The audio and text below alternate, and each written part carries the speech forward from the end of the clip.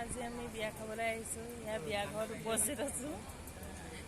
এয়া মোৰ লগত মোৰ দাদা আছে। এয়া হেল্ল'। এয়া মোৰ বৌ আছে। আমি এতিয়া বিয়া ঘৰত বহি আছোঁ। খাবলৈ দিব বুলি বহি আছোঁ।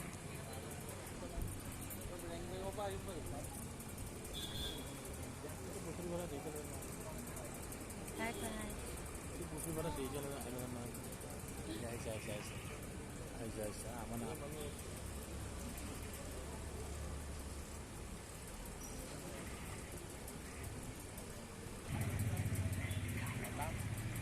লাগিছে